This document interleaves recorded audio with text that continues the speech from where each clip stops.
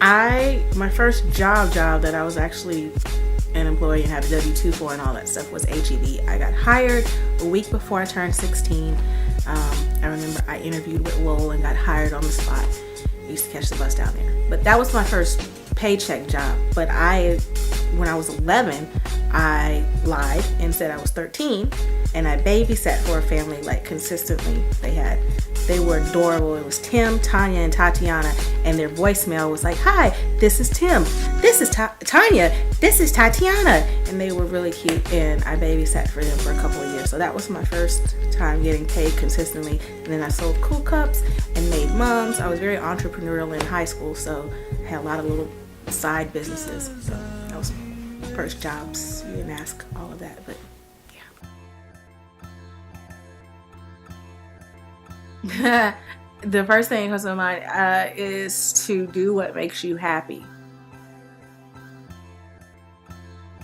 You say marketing or design style. My design style, I believe, is clean, not cluttered, but I like fine details. It's almost like the difference between, this sounds really prissy and girly, but if you buy a nicer, higher end purse, it's not that there's a lot of bells and whistles, unless it's a Betsy Johnson. She has lots of bells and whistles, but generally speaking, it's about the quality of each individual functional piece. So in my design aesthetic, I don't like a lot of bells and whistles.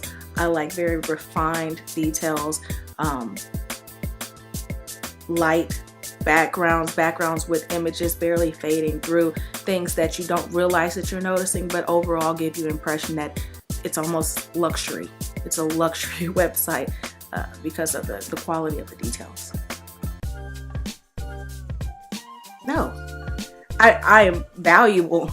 I'm not expensive. It's again, there's a value, and I think if anything, not to toot my own horn, but just this is something that I had to accept myself. If anything, my prices reflect the value that my clients receive.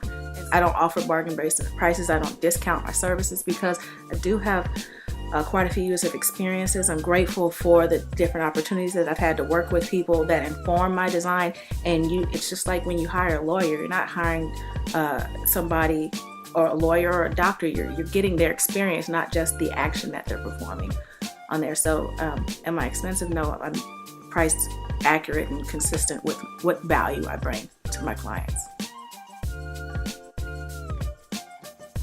Flexibility and putting the client first. I know a lot of times when we go into building a marketing plan, we think about ourselves and what we would want and what we already know. We come already informed with the jargon and the ideas and the biases that we have for our own industry and the services that we provide. Whereas your customers don't always enter in with those same biases and those same perspectives.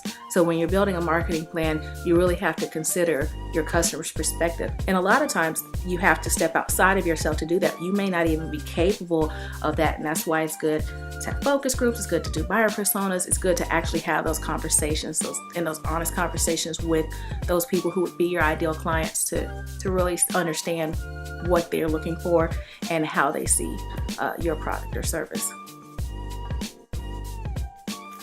I love getting to solve problems. I love working with clients that bring me new ideas or dream big and really have some things that they want to do, and really having the opportunity of figuring out how to get that done, figuring out how to do it well, and being able to look back and say, hey, guess what? You're on a billboard now. Hey, guess what? Here's your book. And this was just an idea a few months ago, and now here you are signing books on tour. I like diving into new and different projects. I am not going to run away with your money if you ask me to build a website. Unfortunately, I've heard that way too many times, but I've been doing this getting paid to build websites and or graphics for almost 18 years now. It's 2018.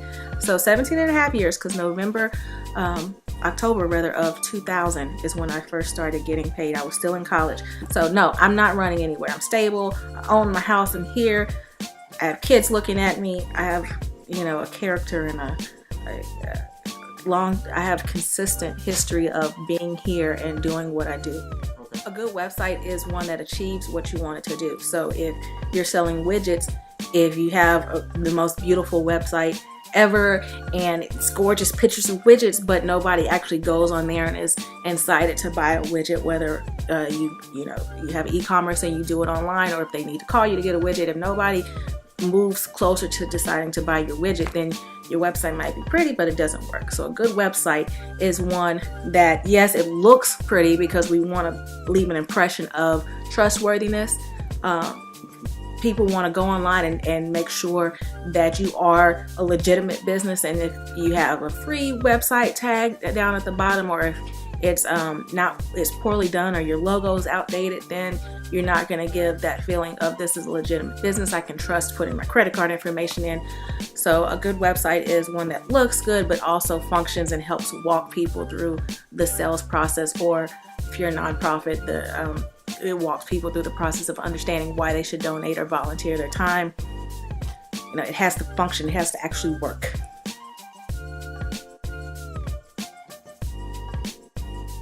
My ideal client is one that is so busy and enthralled and wrapped up in their business and their dreams and what they're trying to accomplish, that they understand that they need to have people around them that have the time to dive into their specialty.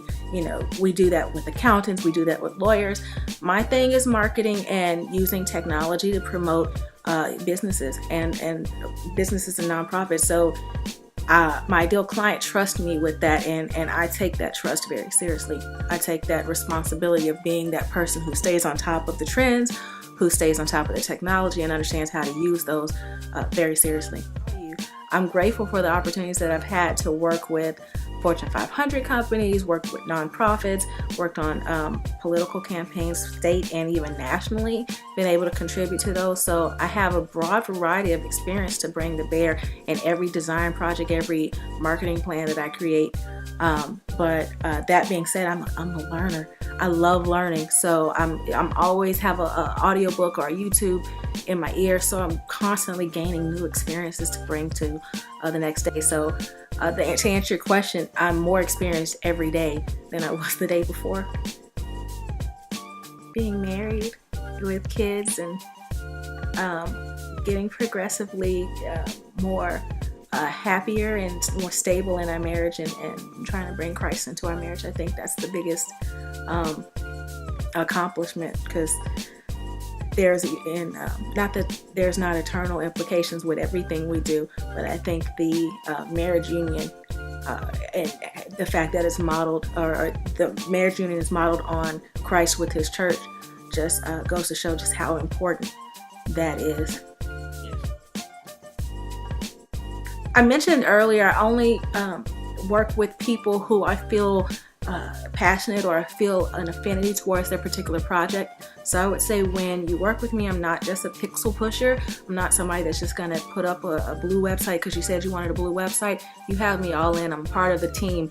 And my goal is to lend my skill set toward the end of meeting your dream or meeting your goal. So you don't just have somebody that's going to do a thing.